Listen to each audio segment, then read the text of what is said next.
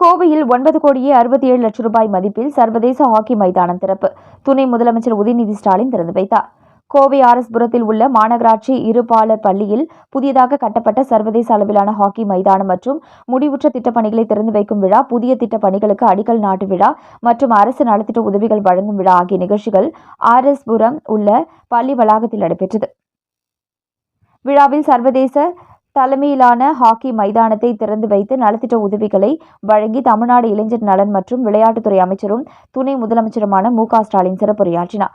அப்பொழுது பேசிய அவர், கோவை மாவட்டத்தில் இன்று நடைபெறும் நிகழ்ச்சிகளில் பங்கேற்று ஏராளமான நலத்திட்ட உதவிகள் வழங்குவதில் மகிழ்ச்சி. அனைவருக்கும் வரப்போகும் ஆண்டு நல்வாழ்த்துக்கள். இன்று 137 கோடி ரூபாய் மதிப்பிலான நலத்திட்ட உதவிகள் இன்றைய நிகழ்ச்சியில் வழங்க உள்ளோம். மேலும் 163 கோடி ரூபாய் மதிப்புள்ள நிறைவேற்றப்பட்ட திட்டப்பணிகளை தொடங்கி வைக்கிறோம். 38 கோடி ரூபாய் மதிப்பிலான திட்டங்களுக்கு புதிதாக அடிக்கல் நாட்டப்பட்டது என்று இவ்வாறு அவர் கூறினார்.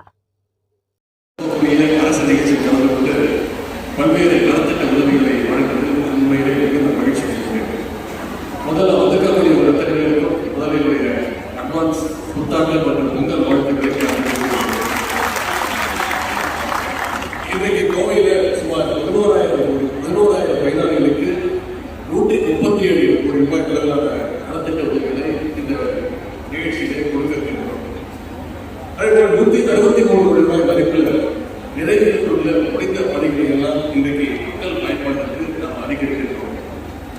மேலும் 32 கோடி ரூபாய் மதிப்பிலான பணிகளுக்கு அடிக்கல் நாட்டி இன்னைக்கு துவங்கி இருக்கின்றோம். முத்தமிழின் கலைஞராக இருக்கட்டும், நம்முடைய மாநில முதலமைச்சர் அவர்களாக இருக்கட்டும், இன்னைக்குமே இந்த கோவை மேல எப்பொழுதுமே அவங்களுக்கு பெரிய பாசம் இருக்கிறது.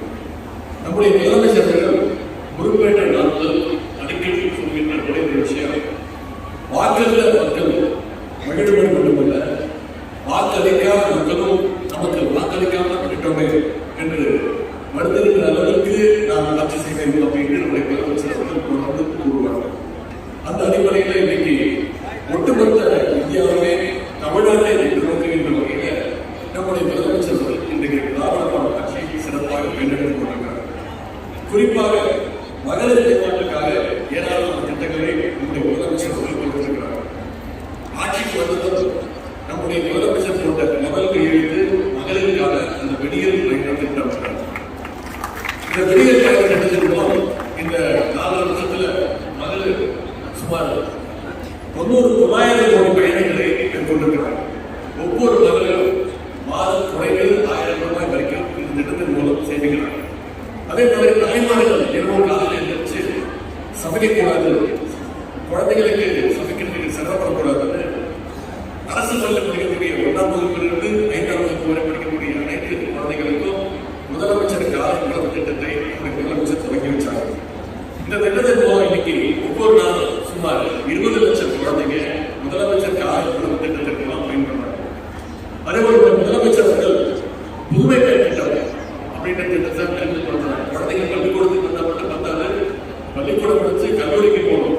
உயர்கல்வி படிக்கிறவங்க அரசு பள்ளியில் படிச்சு எந்த கல்லூரியில் போய் சேர்ந்து உயர்கல்வி படித்தாலும் அவங்களுக்கு கல்வி ஊக்கத்தொகையை மாதம் 1000 ரூபாய்க்கு இந்த அரசு முதலமைச்சர் பொறுப்பாட்டு புதுமை பெண் திட்டத்தை, தமிழ் புதுமை திட்டத்தை முதலமைச்சர்கள் துவங்கி வச்சாங்க. மாணவர்களுக்கும்